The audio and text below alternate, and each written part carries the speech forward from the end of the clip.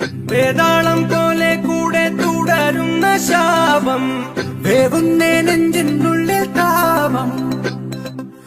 ഓരോരോ കാലക്കേടിൽ തട്ടിപ്പൊട്ടി തൂറും